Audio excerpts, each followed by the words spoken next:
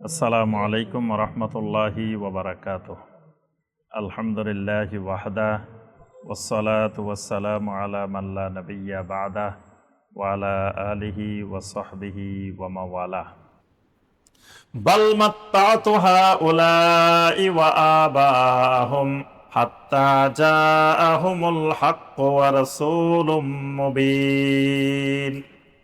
কিন্তু এই মানুষগুলো ইব্রাহিম আলাইহিস সালাম যেই কালেমা রেখে গেছেন, এই কালেমা থেকে দূরে সরে গেছে। মানে মাঝখান দিয়ে ইব্রাহিমের পরে এই দীর্ঘ সময় মানুষগুলো ইব্রাহিমের মিল্লাত থেকে দূরে সরে গেছে।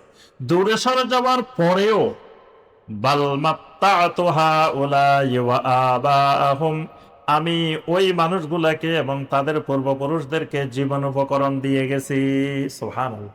মানে মিল্লাতে ইব্রাহিম থেকে সরার পরেও আমি তাদের খাওয়া বন্ধ করি নাই, পানি বন্ধ করি নাই, রিজিক বন্ধ করি নাই, সব কিছু আমি দিয়ে গেছি। হাত্তা জাআহুমুল হাক্ক, এমনকি অবশেষে তাদের কাছে সেই সত্য এসে গেছে। ওয়া রাসূলুম মুবিন, এবং প্রকাশ্য রাসূল, সুস্পষ্ট বর্ণনাকারী রাসূলও তাদের কাছে এসে গেছেন। ওয়ালাম্মা জাআহুমুল হাক্ক, যখন সত্য তাদের কাছে এসে গেছে, হক এসে গেছে, ক্বালু হাদা সিহরুন ওয়া ইন্না বিহি কাফিরুন, তখন তারা বলে উঠলো হাযা সিহরুন, আর এটা তো জাদু। যখন আমার ওই সুস্পষ্ট বর্ণনাকারী রাসূলও এসে গেলেন, হকও এসে গেল, তারা হক দেখে বলে উঠলো হাযা সিহরুন, এটা তো জাদু। ওয়া ইন্না বিহি কাফিরুন, আর এটাকে আমরা প্রত্যাখ্যান করলাম, এটা মানি না, এটা জাদু। মানে ওই মিল্লাতে ইব্রাহিমের ওই অনুসারী একজন রাসূল তাদের সামনে আসছে, কিন্তু সব দেখার পরেও তারা বলে উঠলো যে এটা জাদু, এটা আমরা অস্বীকার করলাম। ওয়া ক্বালু লাউলা নুসিলা হাদাল কুরআনু আলা রাজুলিম মিনাল ক্বারিয়াতাইনি আযীম, আর তারা বলে উঠলো এই কোরআন কেন অবতীর্ণ করা হইল না এমন একজন মানুষের উপরে, মিনাল কারিয়াতাইনে, দুই জনপদ থেকে, দুই এলাকা থেকে। এখানে দুই এলাকা মানে মক্কা আর তায়েফ। মক্কা আর তায়েফ, তাদের কথা যে মক্কা আর তায়েফের আজিম রাজুলিন আজিম, কত মহান মহান ব্যক্তিরা আছেন, তো সেই মহান মহান ব্যক্তিদের উপরে কেন কোরআন অবতীর্ণ হলো না? মহান ব্যক্তি কারা? তাফসীরের মধ্যে আসছে মক্কার মধ্যে সবচেয়ে মহান ব্যক্তি হলো ওয়ালিদ ইবনে মুগীরা। মক্কার মহান ব্যক্তি হলো কে?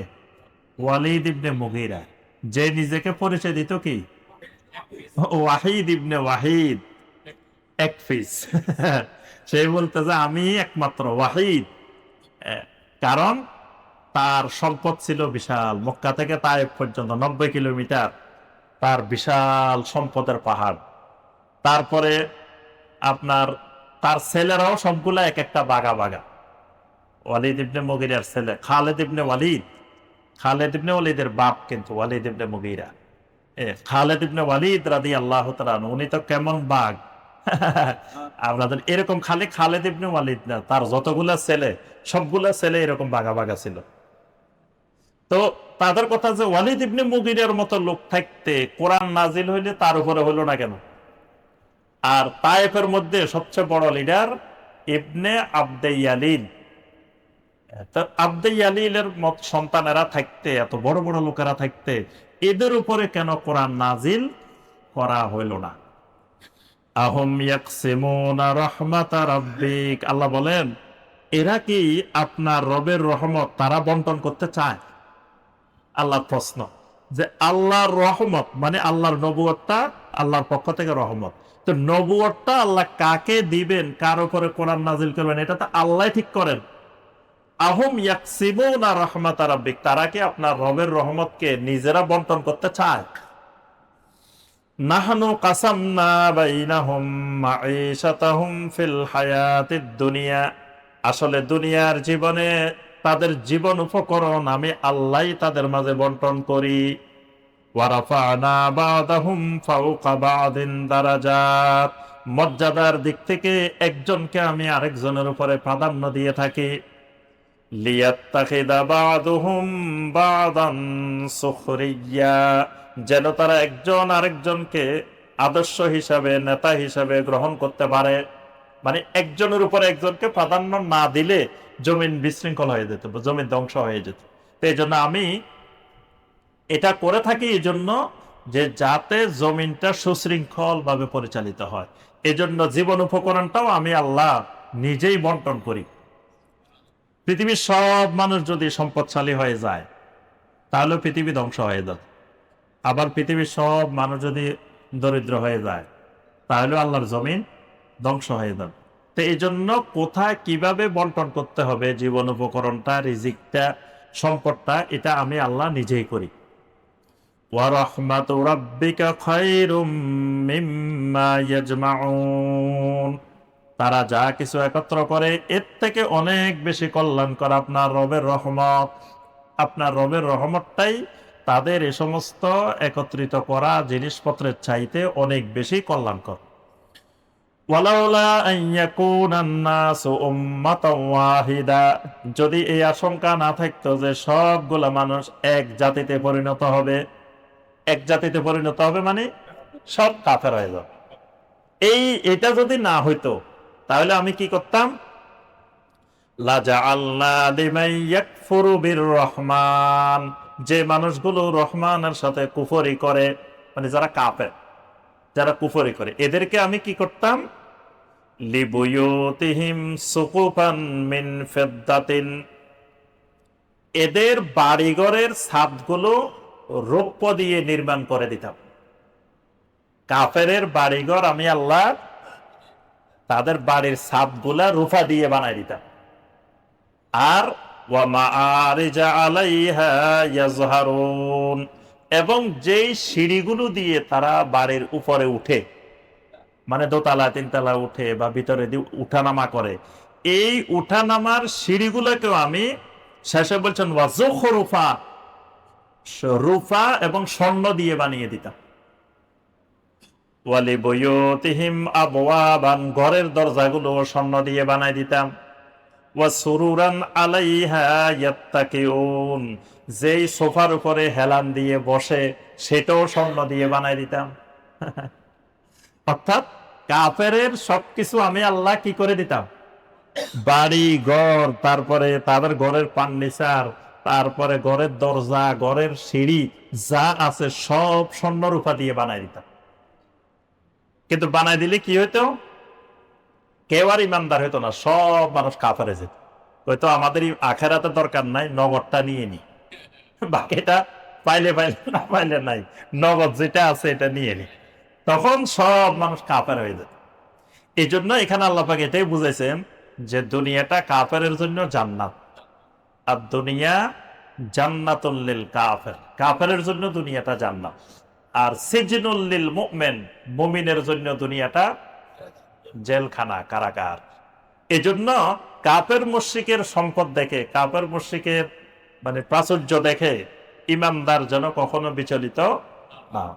আর এটা আল্লাহ বুঝাইছেন যে ওয়ালিদ ইবনে মুগিরা, ইবনে আব্দে ইয়ালিল, এদের তো কম, আমি চাইলে এদের সব স্বর্ণ দিয়ে বানাই দিতে চাই।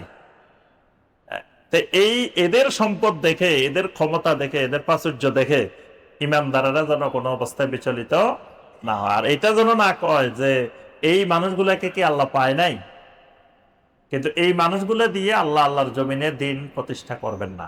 দিন প্রতিষ্ঠা করবেন বেলালের মতো লোক দিয়ে, দিন প্রতিষ্ঠা করবেন জুলবেজাদাইনের মতো লোক দিয়ে, দিন প্রতিষ্ঠা হবে আব্দুল্লাহ ইবনে মাসউদের মতো লোক দিয়ে।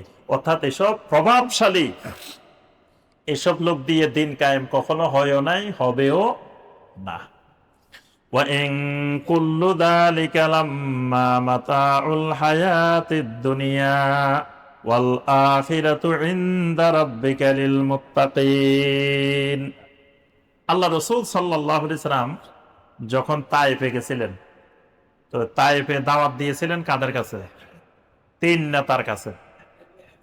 আব্দে ইয়ালিলের তিন সন্তান, তিন সন্তান তখন পুরা তায়েফের নেতৃত্ব দিত। এই তিন সন্তানের কাছে নবী সাল্লাল্লাহু আলাইহি ওয়াসাল্লাম দাওয়াত নিয়ে গেছেন। তারা দাওয়াত তো গ্রহণ করেন নাই, বরং তারা নবী সাল্লাল্লাহু আলাইহি ওয়াসাল্লামের উপরে প্রচন্ড নির্যাতন করছে। কিন্তু আল্লাহ রাসূল সাল্লাল্লাহু আলাইহি ওয়াসাল্লামকে নির্যাতনের পরে আশ্রয় দিছে কে? যেই আঙ্গুর বাগানে ঢুকছিলেন, আজও সেই আঙ্গুর বাগান স্মৃতিময় হয়ে আছে। কিন্তু ওই আবদে আলিলদের, ওই কাফের মুশরিকদের এগুলার কোনো নিচ্ছিন্ন হয়ে গেছে। কিন্তু ওই ওই আব্দাস, যে আব্দাস নবী সাল্লাল্লাহু আলাইহি সাল্লামকে আঙ্গুর বাগানে নিয়ে পানি পান করাইছিলেন, পরিচর্যা করছিলেন, সেখানে একটু খাওয়াইছিলেন, আঙ্গুর খাওয়াইছেন, বিভিন্ন খাবার এনে দিচ্ছেন। তো সেই আব্দাসের বাগান কিন্তু আজও সংরক্ষিত আছে। আমরা এবারও গেছি আব্দাসের ওই বাগানে। আগে তো আব্দাসের বাগানে ঢুকতে দিত না, এখন মানে ভিতরে ঢুকতে দেয় না, কিন্তু পাশে দিয়ে আপনার সিঁড়ি বানাই দিছে, উপরে উঠে এখন দেখা যায় ওই বাগানটা।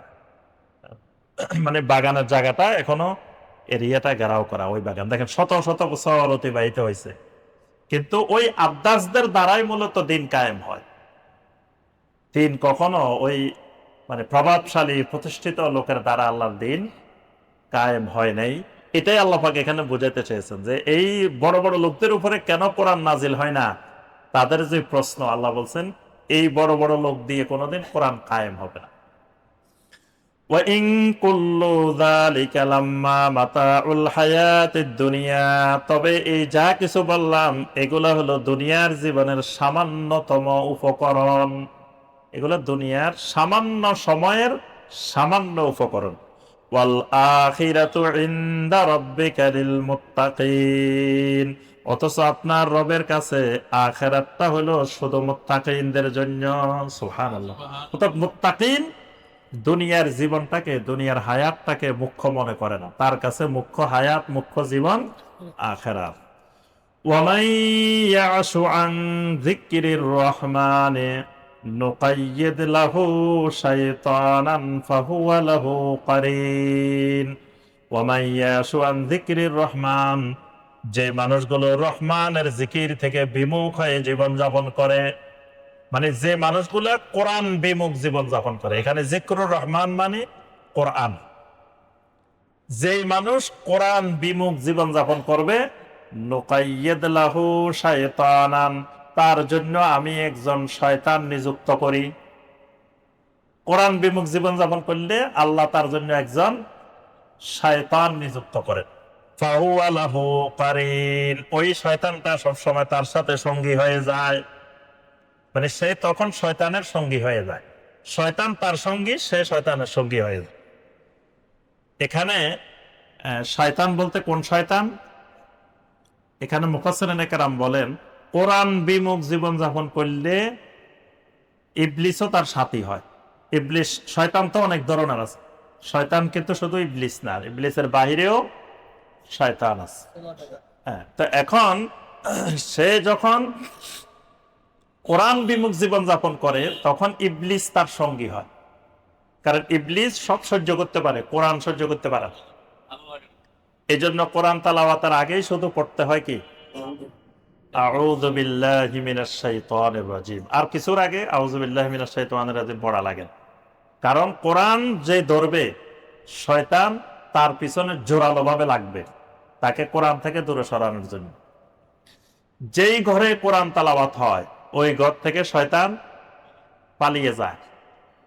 নবী সাল্লাল্লাহু আলাইহি ওয়াসাল্লাম বলেন ইন্নাল বাইতাল্লাযী তুকরাউ ফীহি সূরা আল বাকারা ইয়ানফিরু শাইতানু মিনাল বাইত, যে ঘরে সূরা আল বাকারা তেলাওয়াত হয় ওই ঘর থেকে শয়তান পালিয়ে যায়। তাহলে শয়তান ওই ঘরে থাকতে পারে না।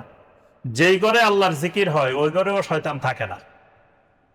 যেই ঘরে মানুষ ঢোকার সময়, ঘরে ঢোকার সময় বিসমিল্লাহ বলে সালাম দিয়ে ঘরে ঢুকে, শয়তান বলে লা মাবিতা লাক, কয় যে ঘরে আসতে সুবিধা মনে হইতেছে না, থাকা যাবে না এই ঘরে। কারণ এই ঘরের লোকেরা কি করে, ঢুকার সময় বিসমিল্লাহ বলে, ঢুকার সময় জিকিরের সাথে ঢুকে, লা মাবিতা লাকুম, এখানে রাত্রি যাপন করা যাবে না। তো বাকিরা কয় একটু অপেক্ষা করেন, দেখি খানা দানা পাওয়া যায় কিনা, কিছুক্ষণ অপেক্ষা করেন। কিছুক্ষণ পরে এই ঘরের লোকেরা খাইতে বসছে, খাওয়ার সময় সবাই বলে কি বিসমিল্লাহ। এবার শয়তান বলে যে লা আশা আলাকুম ওয়ালা মাবিতা লাকুম, যে এই ঘরের মধ্যে খাবারও নাই, থাকার আশ্রয়ও নেই, কিচ্ছু নেই। মানে এই ঘরে থাকলে খানায়ও মরতে হবে, শীতেও মরতে হবে, এই ঘরে কিচ্ছু নেই। তখন এই ঘর থেকে শয়তান পালিয়ে যায়। আর যে ঘরের লোকেরা ঘরে ঢুকতেও আল্লাহ জিকির করে না, খাইতেও আল্লাহর জিকির করে না, শয়তান সুন্দর করে এই ঘরের মধ্যে নিরাপদ আশ্রয়স্থল মনে করে। তাহলে কোরআন বিমুখ, রহমানের জিকির বিমুখ জীবন যাপন করলে ইবলিস তার সাথী হয়। দ্বিতীয়ত অন্যান্য শয়তানও তার সাথী হয়। দেখবেন যে কোরআন বিমুখ, কোরআন দিয়ে জীবন যাপন করে না, কোরআন দিয়ে জীবন গড়ে না, সে যে কোনো আড্ডায়, যে কোনো জায়গায় ঘোরাফেরা করে, আস্তে আস্তে সে মাদকাসক্ত হয়, আস্তে আস্তে সে সন্ত্রাসী হয়, আস্তে আস্তে চুরি ডাকাতের সাথে জড়িত হয়। অর্থাৎ মানুষ শয়তান যেগুলো আছে সেগুলো তার সাথী হয়ে যায়। ইবলিসও সাথী হয়, আবার মানুষ শয়তানও তার সাথী হয়। কিন্তু কোরআন দিয়ে জীবন যাপন করলে ইবলিসও সাথী হইতে পারে না, পাশাপাশি ওই মানুষ শয়তান যেগুলো আছে সেগুলো তার সাথী হইতে পারে না। وَإِنَّهُمْ لَيَصُدُّونَهُمْ عَنِ السَّبِيلِ وَيَحْسَبُونَ أَنَّهُمْ مُهْتَدُونَ। আর শয়তান যখন তার সাথী হয়ে যায় তখন শয়তানেরা তাকে আল্লাহর রাস্তা থেকে প্রতিবন্ধকতা সৃষ্টি করে, কিন্তু তারা ধারণা করে তারা হেদায়েতের উপরে আছে। মানে সে বুঝতেই পারে না সে যে গুমরাহির মধ্যে আছে, এটা সে বুঝতেই পারে না। হাত্তা ইদা জাআনা ক্বালা ইয়া লাইতা বাইনি ওয়া বাইনাকা বু'দাল মাশরিকাইনি ফাবিইসাল কারিন। অবশেষে যখন সে আমার কাছে ফিরে আসে তখন বলে ওঠে, আহারে তোমার মাঝে আর আমার মাঝে যদি পূর্ব পশ্চিমের দূরত্বের মতো ব্যবধান হয়ে যাইতো কতই না ভালো হইতো। মানে শয়তানকে বলে, তুমি আমার সাথী না হয়ে তোমার সাথে আমার দূরত্বটা যদি পৃথিবীর পূর্ব পশ্চিমের দূরত্বের মতো হয়ে যেত কতই না ভালো হইতো। ফাবিইসাল কারিন, তুমি আমার কতই না নিকৃষ্ট সঙ্গী, মানে তোমার কারণে আমি বরবাদ হয়ে গেছি।